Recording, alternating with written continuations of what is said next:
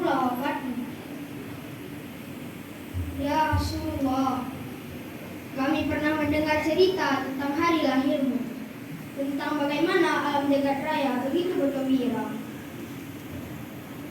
Ya Rasulullah, kami pula pernah mendengar cerita tentang betapa cintanya engkau kepada umatmu.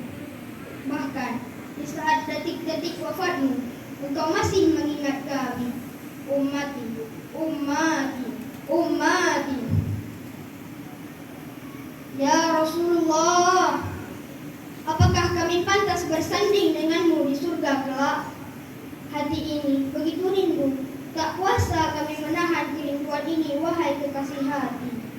Ingin rasanya kami bertemu denganmu ya Rasulullah.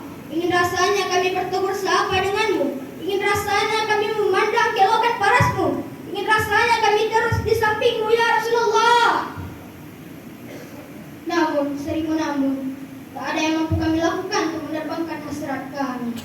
Kami berharap kami mampu menatap wajahmu, memelukmu, tertawa denganmu, memegang erat tanganmu ya Rasulullah. Apakah pantas kami bersanding denganmu?